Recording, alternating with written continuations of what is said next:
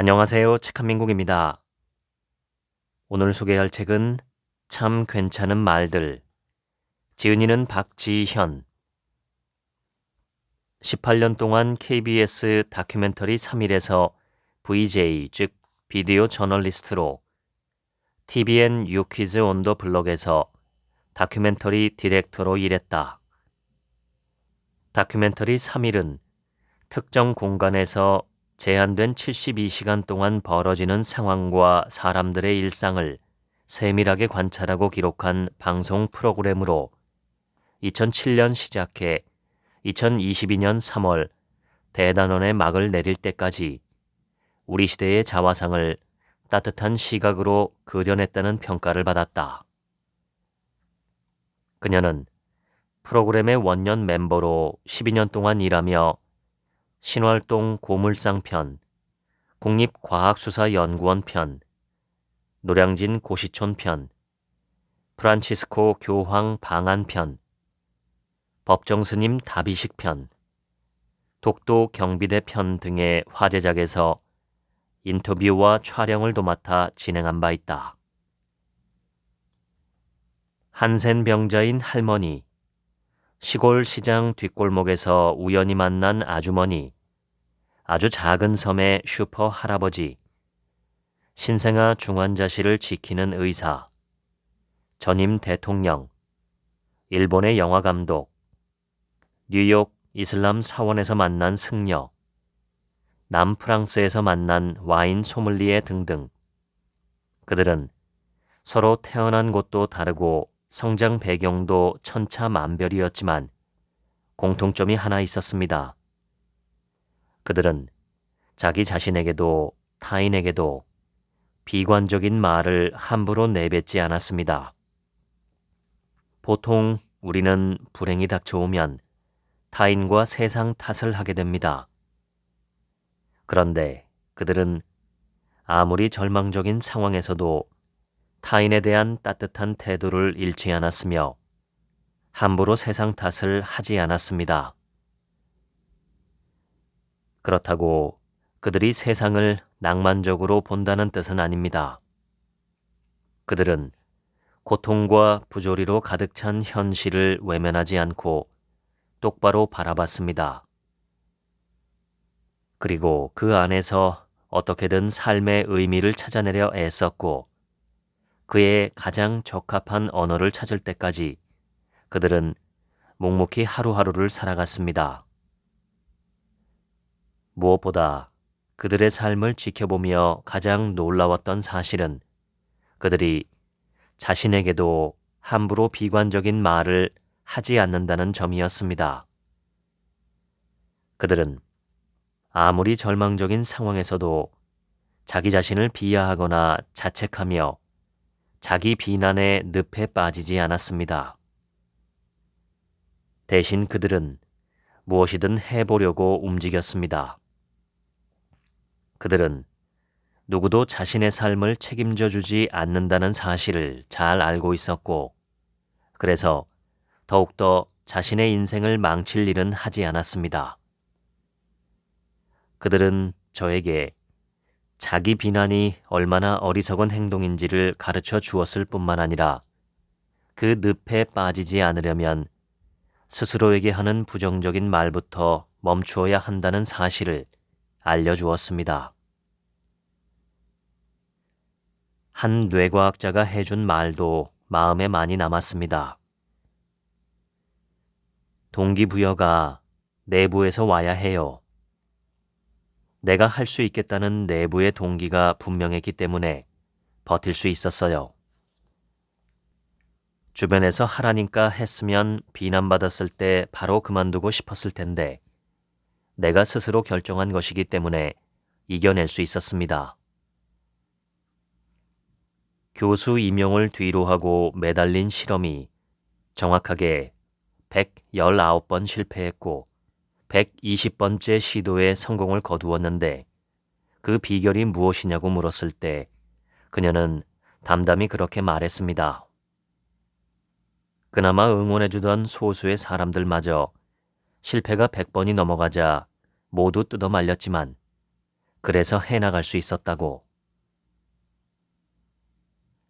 한 의사는 제게 환자도 자신의 병에 대해 모든 것을 알 권리가 있다고 생각합니다. 라고 말했습니다. 왜냐하면 그의 아버지가 백혈병에 걸렸을 때 그는 아버지에게 계속 좋아지고 있다고 거짓말했는데 결국 아버지는 5개월의 투병 생활 끝에 세상을 떠나고 말았기 때문입니다. 그는 아버지가 적어도 자신의 상태를 정확히 알았다면 사랑하는 사람들에게 작별 인사를 건네고 삶을 돌아볼 기회를 가질 수 있었을 텐데 자신 때문에 그런 기회를 놓친 것 같아 후회가 된다고 말했습니다.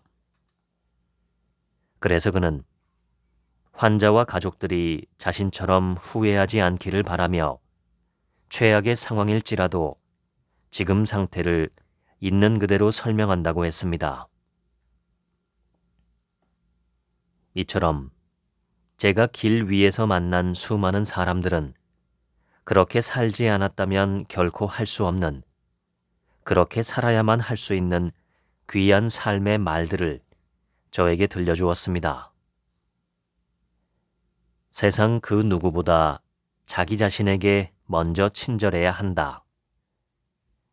우리가 누구인지를 결정하는 건 우리의 능력이 아니라 우리의 선택이다.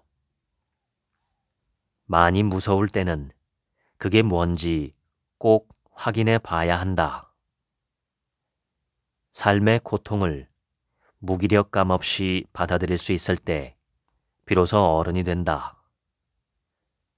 좋은 사람을 만나고 싶으면 먼저 좋은 사람이 되어야 한다. 누구도 함부로 대하지 마라. 2022년 10월 26일 경북 봉화군의 아연광산이 무너지며 광부 2명이 지하 갱도에 고립되는 사고가 발생했다. 그런데 사고가 난 지 221시간 약 10일 만에 그들은 기적적으로 살아 돌아왔다.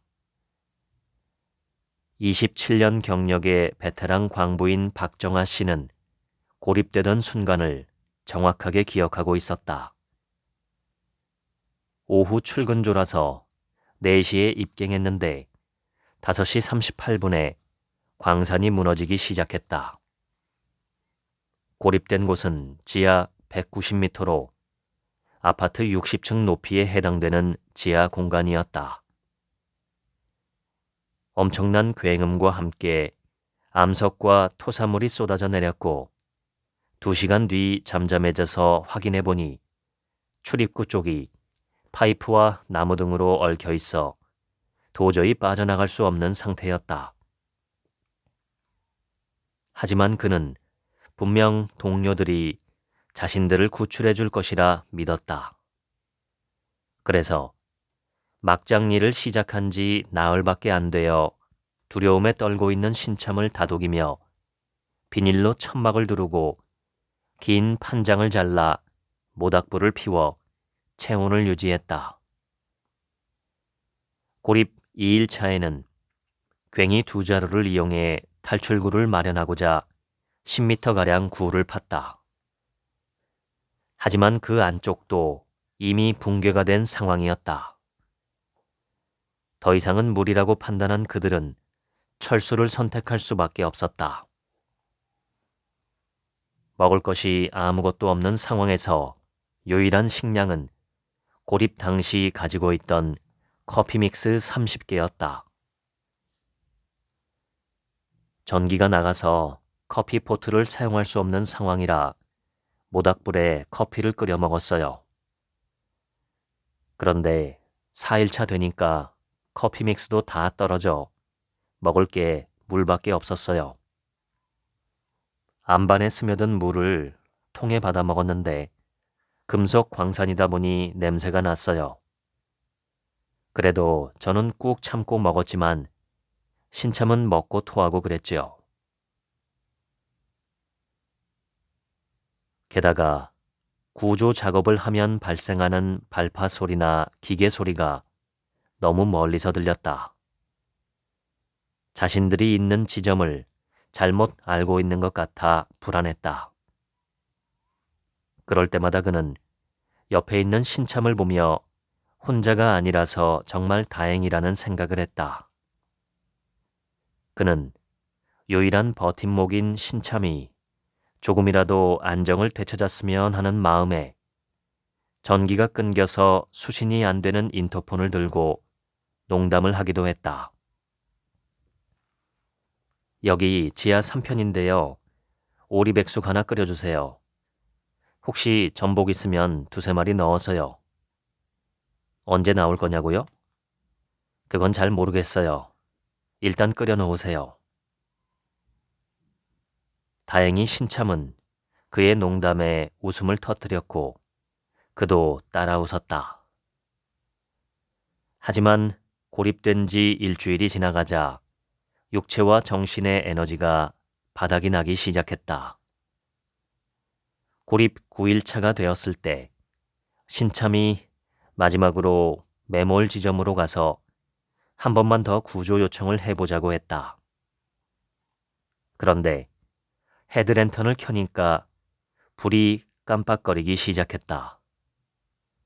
그는 순간 처음으로 두려움을 느꼈다. 그 불마저 꺼져버리면 암흑 속에서 아무것도 보이지 않아 한 발짝 움직이는 것조차 힘들어지기 때문이다. 그는 애써 두려움을 떨쳐내며 신참과 함께 매몰 지점으로 가서 바깥으로 연결되어 있는 파이프를 때리고 힘껏 소리치며 구조 요청을 했다. 하지만 1시간이 지나도 아무 반응이 없었다.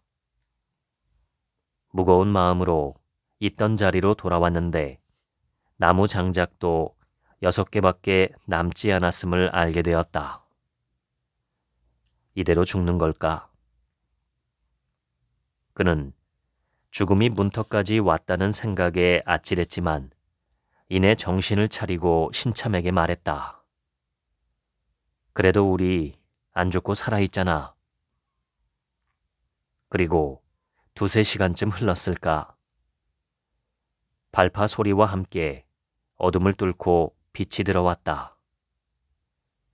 동료들이 결국 그들을 찾아낸 것이었다.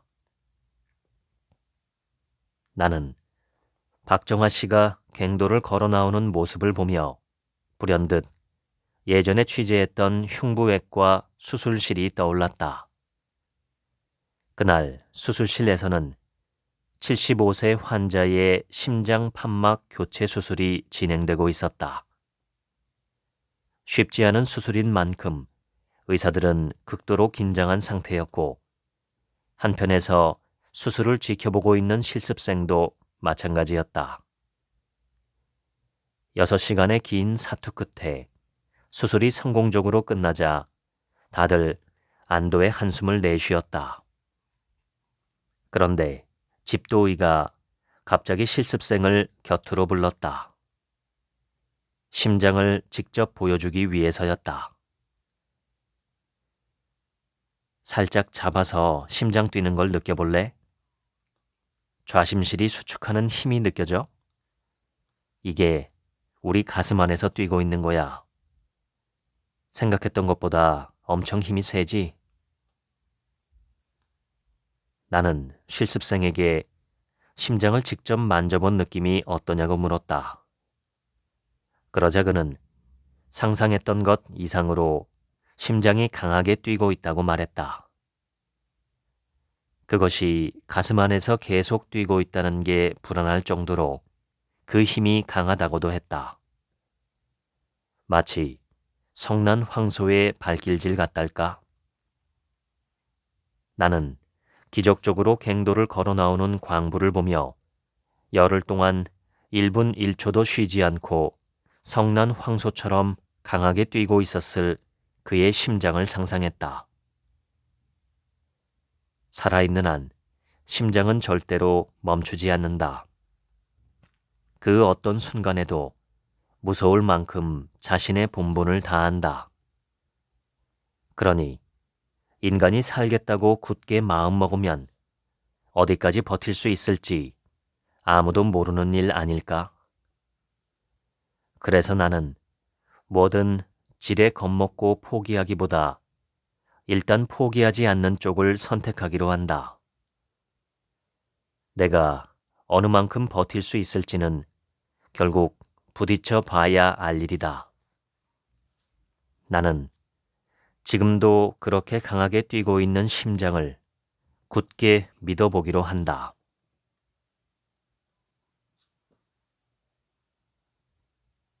예전에 죽을 때까지 꿈을 놓지 않겠다는 한 할머니를 취재한 적이 있다. 김정자.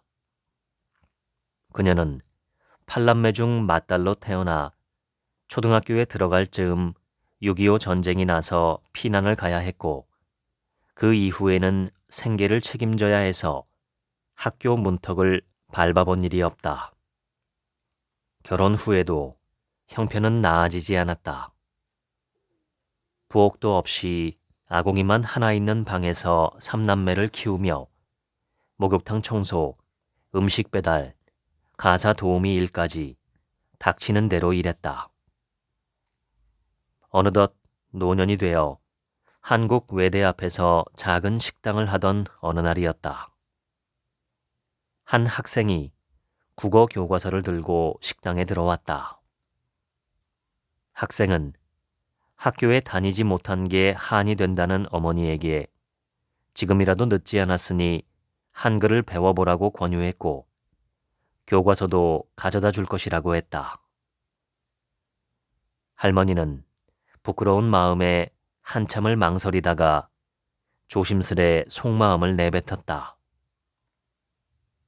나도 내 이름을 몰라요. 학생은 노트 한 장을 찢어 할머니의 이름 3글자를 적어줬다. 물끄러미 바라보던 할머니는 학생이 적어준 이름을 따라쓰기 시작했다. 죽을 때까지 한글도 모르고 까막눈으로 살 줄 알았던 할머니는 그렇게 자신의 이름을 쓰면서 학교에 가야겠다는 생각을 하게 되었다. 마침 허리 수술 때문에 찾은 병원에서 부채 하나를 줍게 되었다. 옆 사람에게 물어보니 거기엔 가정 형편상 학교를 다니지 못한 사람들을 위한 문해 학교 안내문이 적혀 있다고 했다. 할머니는 안내된 주소를 따라 학교 앞까지 찾아갔다. 용기가 나지 않아 몇 번이고 교문 앞을 서성이다가 돌아서기를 반복했다. 그러다 마음을 크게 먹고 학교 안으로 들어갔는데 복도에서 한 선생님을 만났다. 다행히 선생님은 곧 새 학기가 시작되니 등록하시면 된다 라고 따뜻하게 말해주었다. 그렇게 할머니의 새로운 삶이 시작되었다. 성인 문해교실 양원 주부학교에서 초등학교 과정을 밟게 된 것이다. 매일 새벽 6시 반이면 집을 나서서 지하철을 갈아타고 지하철에서 내린 후에도 한참을 걸어가야 하는 등굣길. 할머니는 새로운 걸 배우고 익히는 게 너무 좋아서 힘든 줄 몰랐다. 양원 주부학교에서 4년, 일성 여자 중고등학교에서 2년, 총 6년의 학창시절 동안 할머니는 결석은 물론이고 지각 한 번 한 적이 없다. 눈은 침침하고 허리가 아파 앉아있는 것도 힘들었지만 매일 2~3시간의 복습도 빼놓지 않았다. 2023년 할머니는 82세의 나이에 2024학년도 수능시험 최고령 응시자가 되었다. 할머니는 수험장에 들어가서 자신의 이름이 붙어있는 책상을 보는데 지금도 그때의 감격을 잊을 수가 없다고 했다. 할머니가 나에게 말했다. 꿈을 꾸고 부지런히 살면 좋은 일이 생길 거예요. 듣는 순간 가슴이 뜨끔했다. 이 말처럼 평범하면서도 실현하기 어려운 말이 또 있을까? 김정자 할머니는 꿈을 꾸고 부지런히 살면 좋은 일이 생길 거라는 문장을 삶으로 증명해냈다. 그녀는 70 넘어 꿈을 꾸기 시작했고 80 넘어 그 꿈을 이루었다. 2024년 83세의 나이에 대학에 입학해 새내기가 된 것이다. 그러니까 문제는 나이가 아니었다. 내가 무엇을 좋아하고 어떤 것을 하고 싶은지 질문하는 것을 잊은 채 그냥 살고 있는 게 문제였다. 미국의 시카고대 교수를 역임한 미하이 칙센트미하이는 몰입의 즐거움에서 다음과 같이 말했다. 우리가 하는 일은 대부분 어쩔 수 없이 의무감 때문에 하는 일, 혹은 달리 하고 싶은 일이 없어서 하는 일이다. 너무 많은 사람들이 그저 실 가는 대로 움직이는 꼭두각시처럼 느끼며 살아간다. 해결책은 간단하다. 자진해서 원하는 일을 늘려야 한다. 무엇을 원한다는 사소한 마음의 움직임이 집중력을 높이고 의식을 명료하게 만들며 내면의 조화를 이루어낸다. 삶의 지배권을 되찾을 수 있는 유일한 길은 우리 자신의 의지가 원하는 방향으로 마음을 기울이는 요령을 터득하는 것이다. 몇 년 전 유 퀴즈를 촬영할 때의 일이다. 유재석 MC가 길에서 우연히 만난 아이에게 물었다. 어떤 어른이 되고 싶어요? 그러자 아이는 아직 어린이인데도 공부와 숙제가 많아 힘들다며 어른이 되고 싶지 않다고 했다. 그럼에도 어쩔 수 없이 어른이 된다면 어떤 어른이 되고 싶냐고 물어보자 아이는 말했다. 솔직하고 착하고 용감한 어른이요. 솔직하면 뭐든지 다 말할 수 있고, 착하면 상냥하게 말할 수 있고, 용감하면 누구한테든 말할 수 있으니까요. MC는 다시 아이에게 물었다. 신이 사람을 만들 때 뭔가 하나쯤은 빼먹고 만들었다면 어린이에게는 뭐를 주지 않았을 것 같나요? 그날 길에서 만난 누군가는 적극적인 성격이 못 된다며 그게 신이 자신에게 적게 준 것이라고 했고, 누군가는 얼굴이 도시락처럼 네모나게 생겼다며 신이 자신을 잘못 만들었다고 했다. 그래서 당연히 우리는 아이가 불만이 있거나 부족한 것을 말할 줄 알았다. 그런데 아이는 너무 쉬운 질문이라는 듯 이렇게 대답했다. 신은 저한테 남김없이 전부 다 주신 것 같아요. 한 유튜브 영상을 봤다.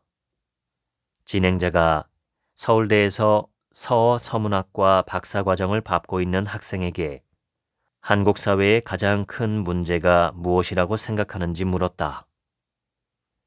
그는 곰곰이 생각하더니 말했다. 개인도, 공동체도, 나라조차도 실패를 지나치게 두려워하는 것 같다고. 그런데 실패를 하면 안 된다는 지나친 강박이 오히려 실패를 불러오는 것 같다고.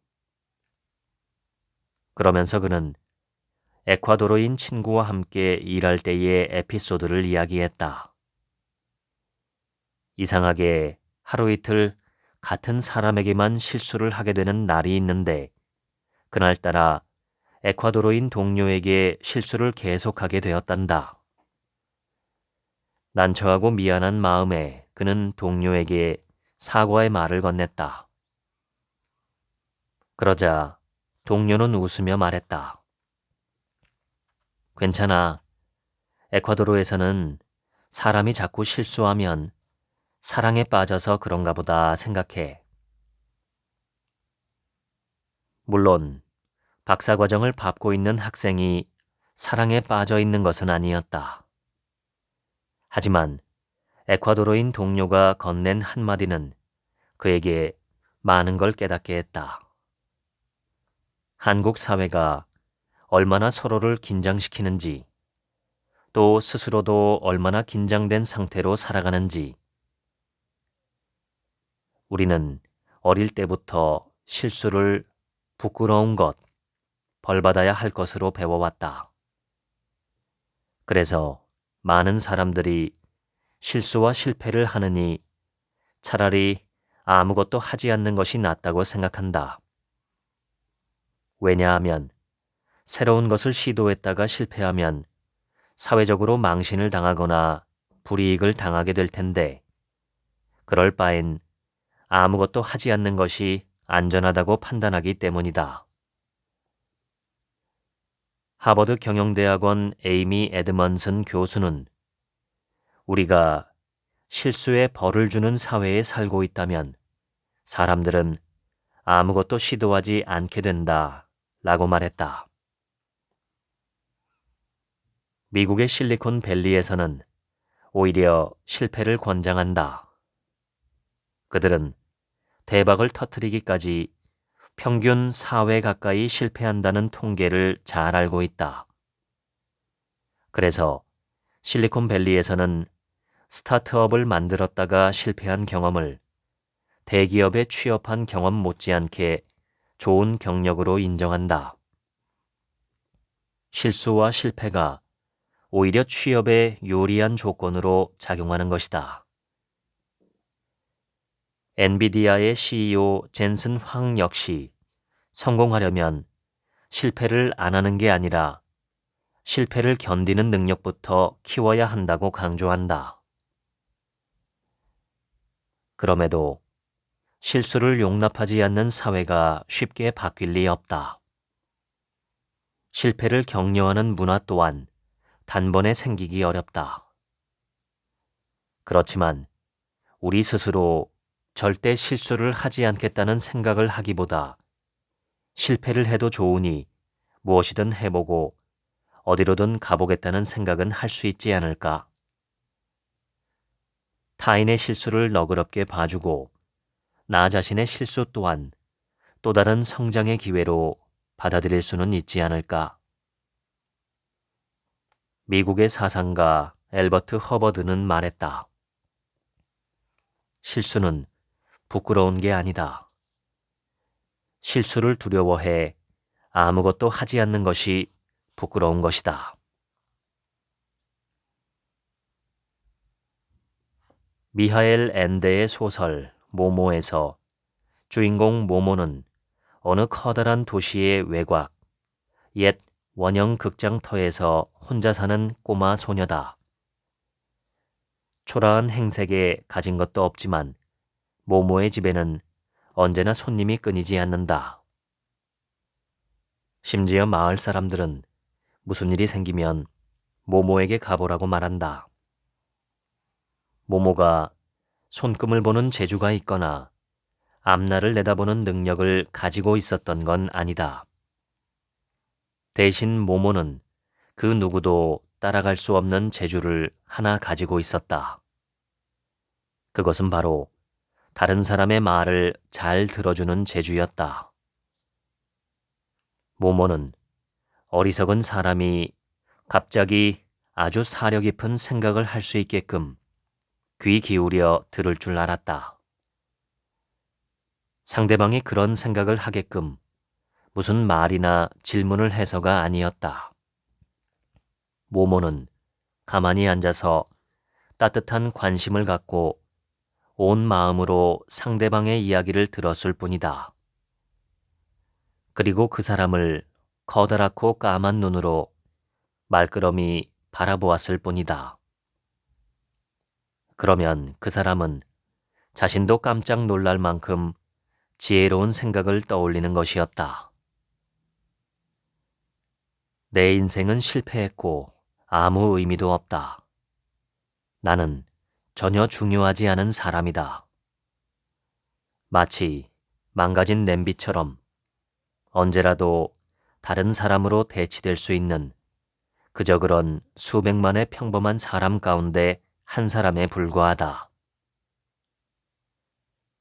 이렇게 생각하는 사람은 모모를 찾아와 속마음을 털어놓았다.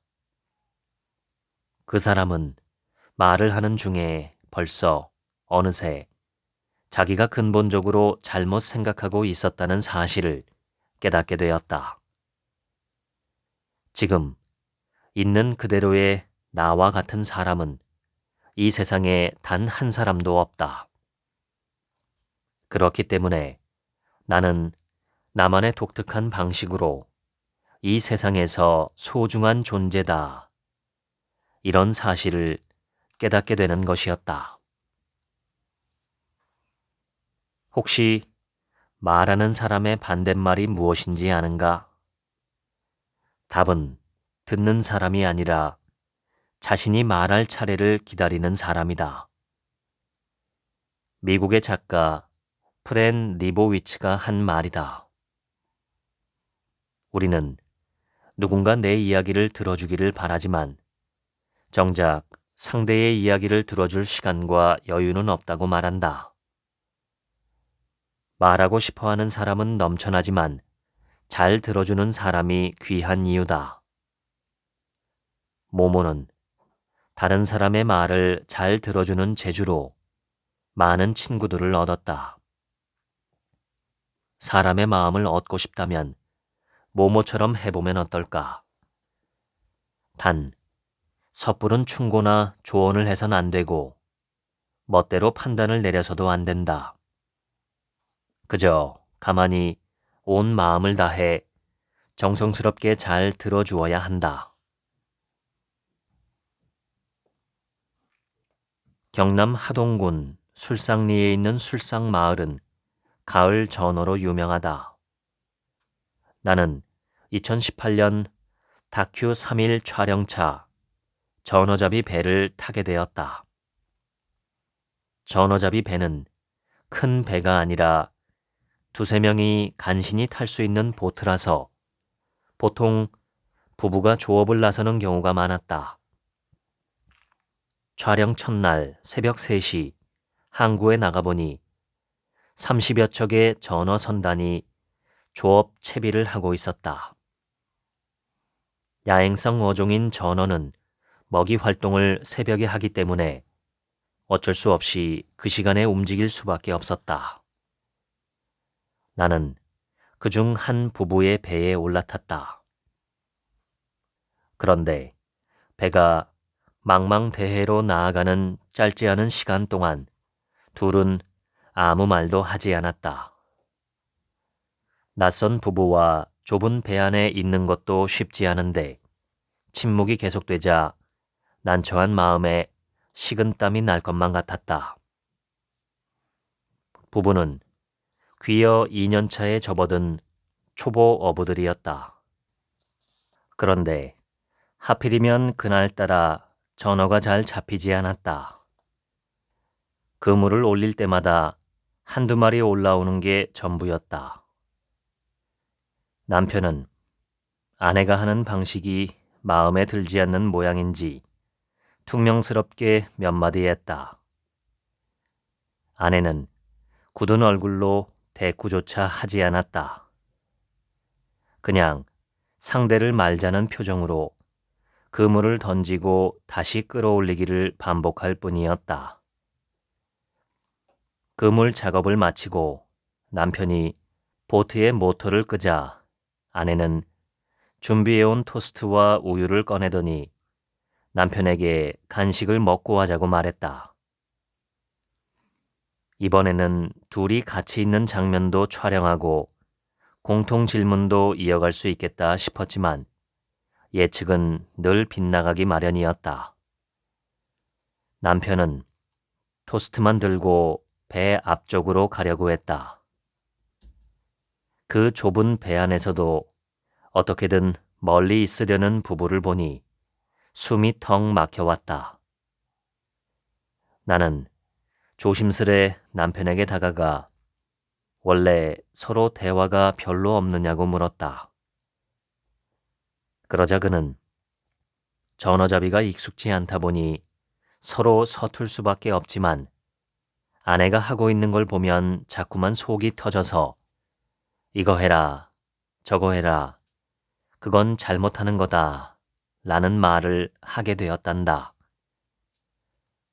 그런데 아내도 답답하고 속상한 마음에 화를 냈고 그게 또 말싸움으로 번졌다. 그래서 그는 이제 웬만하면 말을 하지 않는 게 제일 좋은 방법이라고 생각했고 되도록 같이 있는 자리도 피한다고 했다. 간식을 먹으며 대화를 이어가고 있을 때 갑자기 비가 쏟아지기 시작했다. 지붕 하나 없는 작은 배 위에서 꼼짝없이 비를 맞겠다 싶었는데 부부가 나를 선장실 아래에 있는 피신처로 안내했다. 넉넉히 3명은 앉을 수 있는 공간이었는데 남편은 들어오지 않고 밖에서 비를 맞고 있었다. 아내는 말없이 비를 맞고 있는 남편을 바라보았다. 안타깝고 속상해서 뭔가 말하고 싶지만 이내 포기하는 듯한 표정이었다. 전어잡이를 끝내고 육지로 돌아와 각자 인터뷰를 해보니 서로에 대한 애정이 없는 게 아니었다. 다만 상대가 원하는 방식이 아니라 자신의 방식만을 고집해서 서로 간 오해와 서운함이 쌓였고 그만큼 멀어진 것이었다. 가장 안타까웠던 것은 둘 다 말을 하면 또 싸우게 될까봐 웬만하면 말을 하지 않는 쪽을 선택했다는 점이었다. 그 선택으로 행복해진 사람은 아무도 없었다. 그날 하루 종일 무거운 침묵만이 흐르는 좁은 배 위에서 둘은 한 번도 웃지 않았고 내 마음 또한 가시방석에 앉은 듯 불편하고 답답했다. 다음 날 이번엔 다른 부부와 함께하게 되었다. 그런데 남편 쪽을 보자마자 피식 웃음이 났다. 작업용 셔츠를 입고 있는데 아래 단추를 덜 잠가 배가 볼록 튀어나와 있었기 때문이다. 눈치가 빠른 아내가 남편의 배를 톡톡 치며 얼른 잠그라고 하자 남편이 단추를 잠그며 아내에게 말했다. 괜찮다. 너무 완벽해도 안 된다. 세상을 살아가면서 너무 완벽하면 상대가 없어. 잠시 뒤 남편은 노래를 흥얼거리며 만선의 꿈을 안고 출동하는 중입니다. 라고 크게 외쳤다. 그물 작업을 하는 내내 남편과 아내의 얼굴에서는 웃음이 떠나가질 않았다. 잠시 뒤 남편이 나에게 휴대폰을 내밀며 자신들을 찍어달라고 부탁했다. 다른 이가 배에 탄 게 처음이라 기념으로 사진을 남기고 싶다고 했다. 부부는 배 모퉁이에 나란히 앉더니 어깨에 다정히 팔을 두르고 활짝 웃었다. 한참을 그렇게 웃고 난 뒤 배에 걸터앉아 쉴 때였다. 남편이 이런 말을 꺼냈다. 마산에 번듯하게 아파트도 있고 아내는 잠 푹 자고 동네 친구들과 카페에서 커피 마시고 수다 떨면서 그렇게 지낼 수도 있는데 이렇게 촌에 와서 새벽에 고기 잡는다고 자신을 도와주는 게 얼마나 고마운지 모른다고. 그래서 아내가 그물을 던지면 던지는 대로, 실수하면 실수하는 대로 그저 예뻐 보인다고 했다. 아내는 그런 말을 꺼냈다. 자신은 클 때 고생을 별로 안 했는데 남편은 참 고생을 많이 하며 자라서 가만히 옆에서 쳐다보고 있으면 안쓰럽다고. 사실 자신이 도와주긴 하지만 선장으로 배를 책임지는 건 남편이고 기계가 고장나도 혼자 고쳐야 하니 힘든 게 얼마나 많겠냐고. 배를 안 탔으면 몰랐겠지만 같이 타보니 남편 혼자 참 힘들게 일했겠네 하는 생각을 저절로 하게 된다고 했다. 그렇게 서로의 존재를 감사해야 하고 서로 깊게 이해하고 있으니 어떤 순간에도 웃을 수 있는 게 아닐까? 그들 덕분에 나도 그날 정말 많이 웃었다. 웃음소리는 파도 소리밖에 들리지 않는 망망대해에서 널리 퍼져나갔다. 그때 갑자기 남편이 아내에게 저기 좀 봐 라고 하며 하늘을 가리켰다. 깜깜한 새벽 하늘에 별이 쏟아질 것처럼 가득했다. 부부가 행복하게 웃으며 하늘을 바라보는데 그 모습이 너무 예뻐 보였다. 어제는 왜 이 빛나는 별들을 보지 못했을까? 분명 어제도 날이 맑았으니 별들은 빛나고 있었을 텐데 왜 하늘을 올려다볼 생각을 못했을까?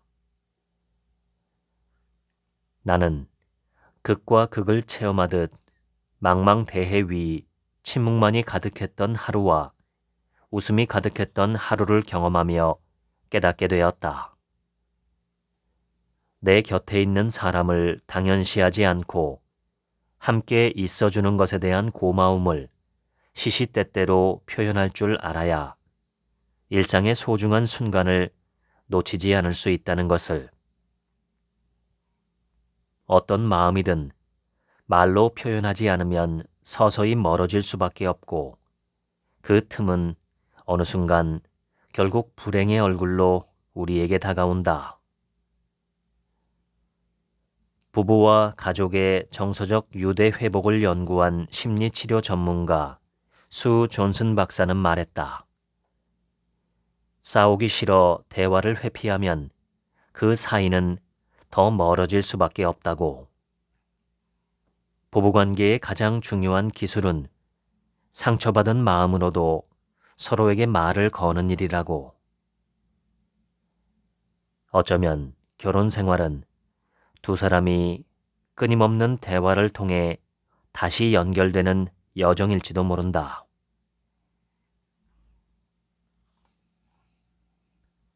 한 소년이 있었다. 그는 11살 때 우연히 유튜브에서 대장장이라는 직업을 접하게 되었다.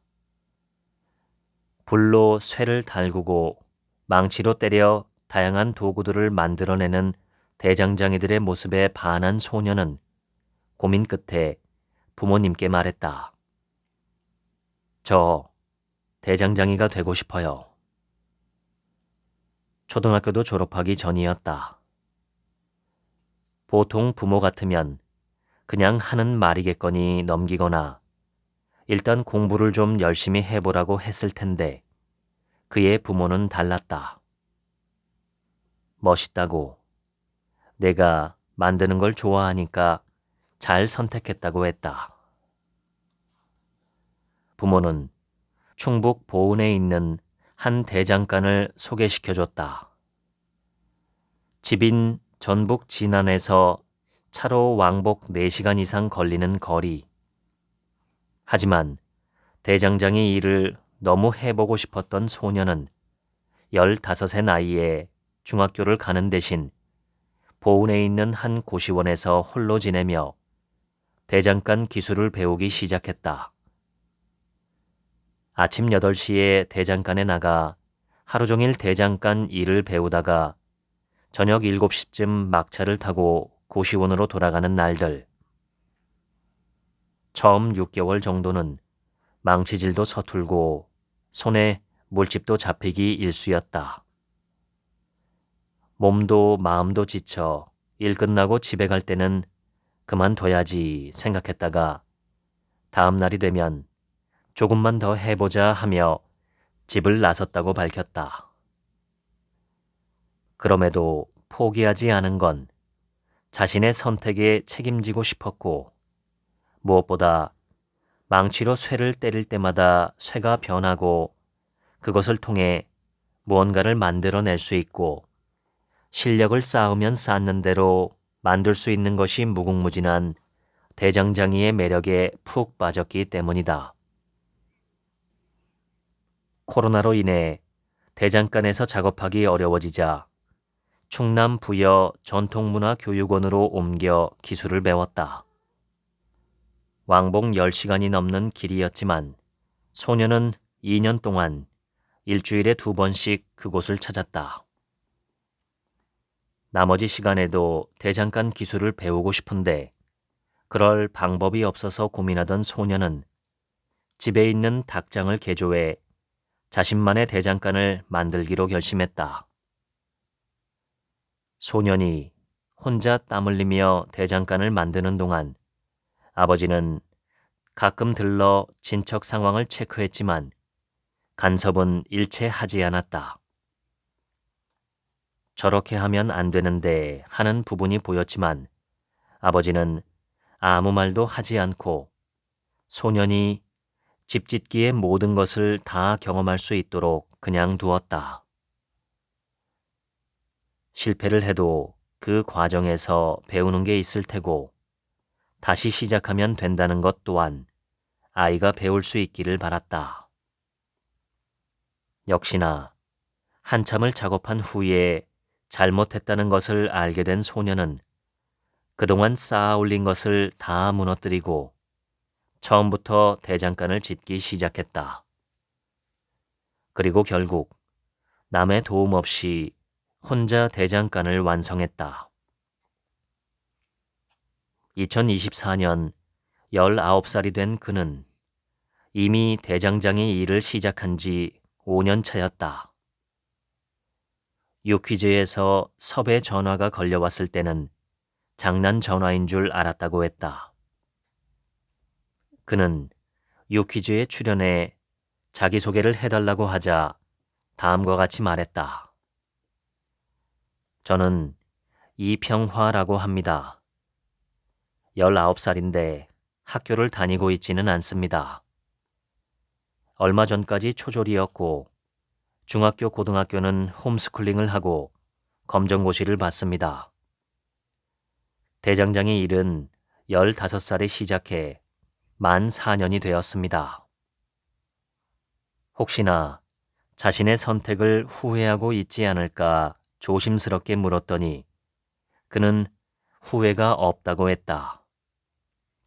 쇠를 다루는 것이 즐거워 화덕에 불을 피우고 쇠를 녹이고 망치로 두드리다 보면 보통 저녁 9시 넘어서까지 작업장에 머무르는 경우가 많다고. 그저 일이 너무 재미있다고 했다. 그와 관련해 소년의 부모가 생생하게 기억하는 하루가 있다. 폭염이 기승을 부리던 어느 날 아침부터 밤늦게까지 아들이 무엇을 작업하는지 대장간에서 나오지 않았다. 궁금하고 걱정되었지만 알아서 잘하겠지 하는 마음으로 먼저 잠이 들었다. 그런데 얼마나 시간이 지났을까? 누군가 흔들어 깨워 정신을 차려보니 아들이었다. 까맣게 그을린 얼굴에 땀으로 옷이 흠뻑 젖은 채로 활짝 웃으며 자신이 만든 호미를 보여주었다. 부모는 자신들에겐 호미보다 아들의 미소가 작품이었다고 말했다.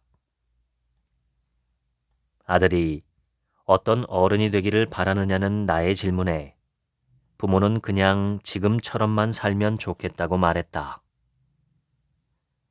대장간에서 작업을 하고 있는 평화군에게도 같은 질문을 했는데 그는 이렇게 대답했다.